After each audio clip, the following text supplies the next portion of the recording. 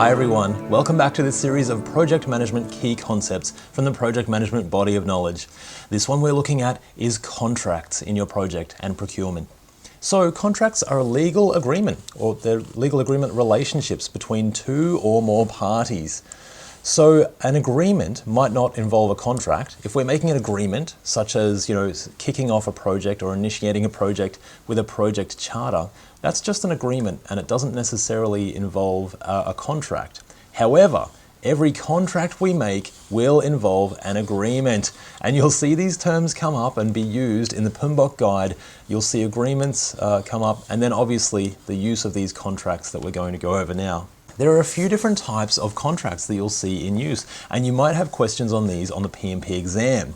So first of all, we've got fixed price contracts, and within that we've got firm fixed price. And you'll see these as, you might see these abbreviated as well. So just be ready for that. You've got FFP, firm fixed price incentive fee, fixed price with economic price adjustments. That's the longest one there, a little bit confusing.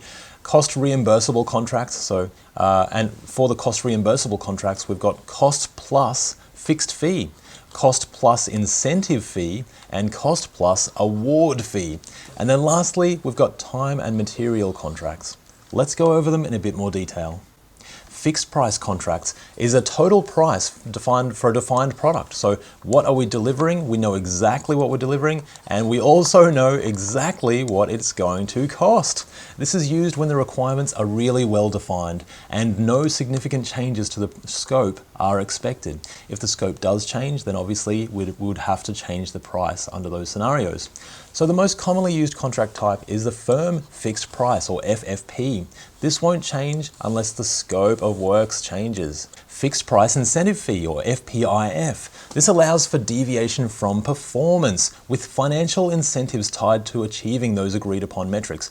So, can the project be done by our provider under a certain level of cost? And if so, then maybe we provide an incentive fee on top of whatever we're paying them to get it done. So for example, or can they get it done in 20 days instead of 40 days? And then obviously maybe we'd pay them a little bit of an incentive fee if they can get it done, if it's an urgent project.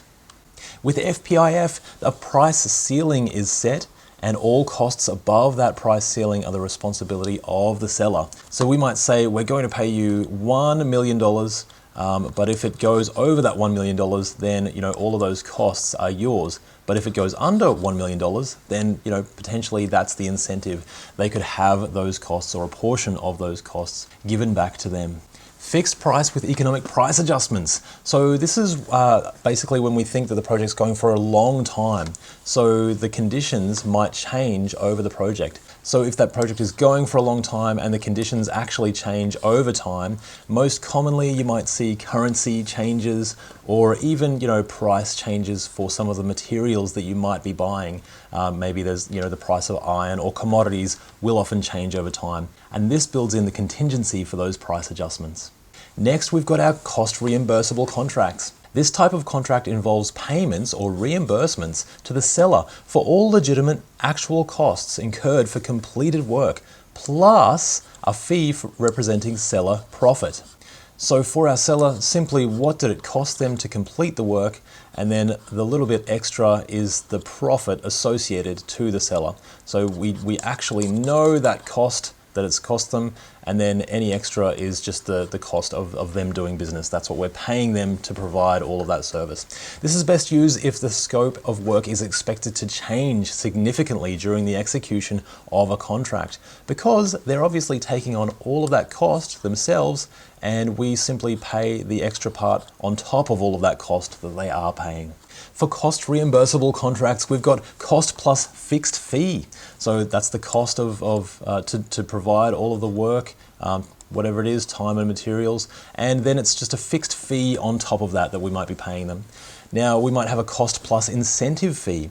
So the seller is reimbursed for all allowable costs for performing the work and receives a predetermined incentive fee based on achieving certain performance objectives. So now it's not just a fixed fee on top of what they're doing, but maybe if they complete it early, then they get a little bit extra as well. So that's a performance fee. or an incentive fee. Cost plus award fee, or CPAF, is where the SILA is reimbursed for all of their legitimate costs, and the majority of the fee is earned based on the satisfaction of certain subjective performance criteria. So again, we pay them for the costs of doing their work, and then we say, well, how happy were we with that work? Were we really happy and then we pay them a lot, or were we only a little bit happy and we pay them a little? And that might be a subjective, or it could be an objective criteria that we lock in as part of the contract.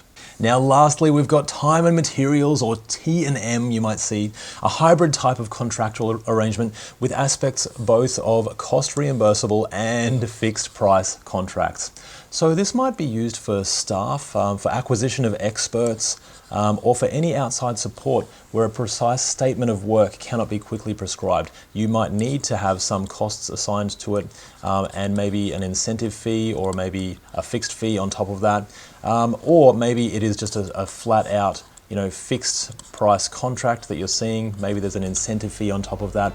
So we're paying for, it could be all of the different aspects that we've seen as part of the contract so far. And those are all of the different contracts that you'll see in the PMP exam.